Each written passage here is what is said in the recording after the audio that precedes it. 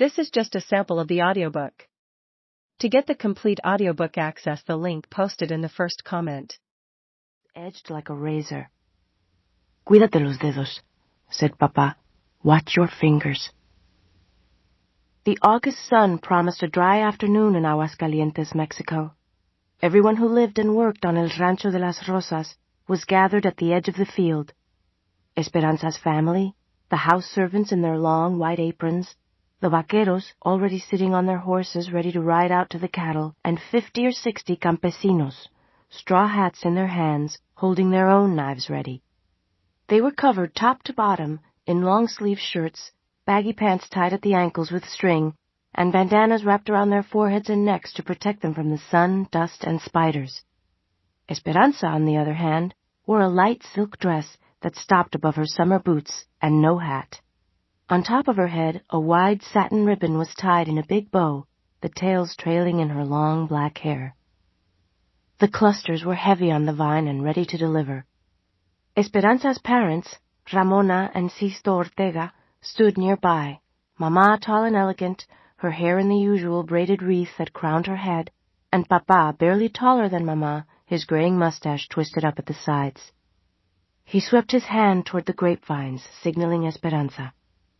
When she walked toward the arbors and glanced back at her parents, they both smiled and nodded, encouraging her forward. When she reached the vines, she separated the leaves and carefully grasped a thick stem. She put the knife to it, and with a quick swipe, the heavy cluster of grapes dropped into her waiting hand.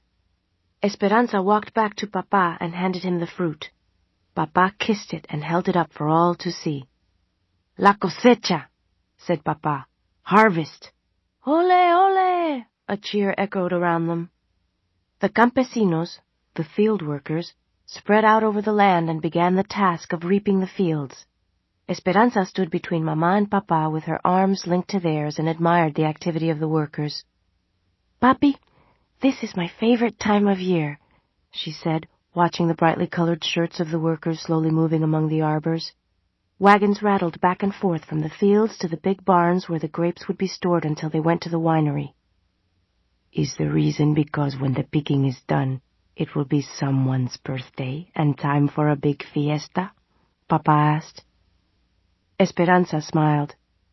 When the grapes delivered their harvest, she always turned another year. This year she would be 13.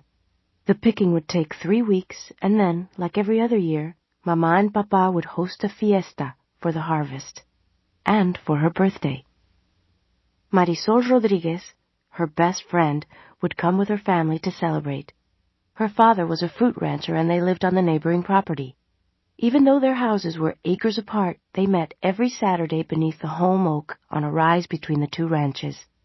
Her other friends, Chita and Bertina, would be at the party too, but they lived farther away and Esperanza didn't see them as often. Their classes at St. Francis didn't start again until after the harvest, and she couldn't wait to see them.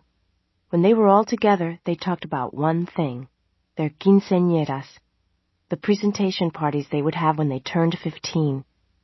They still had 2 more years to wait, but so much to discuss. The beautiful white gowns they would wear, the big celebrations where they would be presented, and the sons of the richest families who would dance with them. After their quinceañeras, they would be old enough to be courted, marry, and become las patronas, the heads of their households, rising to the positions of their mothers before them.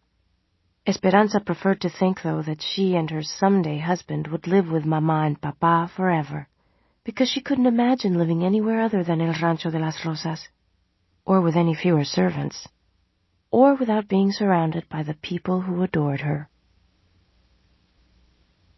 It had taken every day of 3 weeks to put the harvest to bed, and now everyone anticipated the celebration. Esperanza remembered Mama's instructions as she gathered roses from Papa's garden. Tomorrow, bouquets of roses and baskets of grapes on every table. Papa had promised to meet her in the garden, and he never disappointed her. She bent over to pick a red bloom, fully opened, and pricked her finger on a vicious thorn. Big pearls of blood pulsed from the tip of her thumb, and she automatically thought, bad luck. She quickly wrapped her hand in the corner of her apron and dismissed the premonition. Then she cautiously clipped the blown rose that had wounded her. Looking toward the horizon, she saw the last of the sun disappear behind the Sierra Madre. Darkness would settle quickly, and a feeling of uneasiness and worry nagged at her.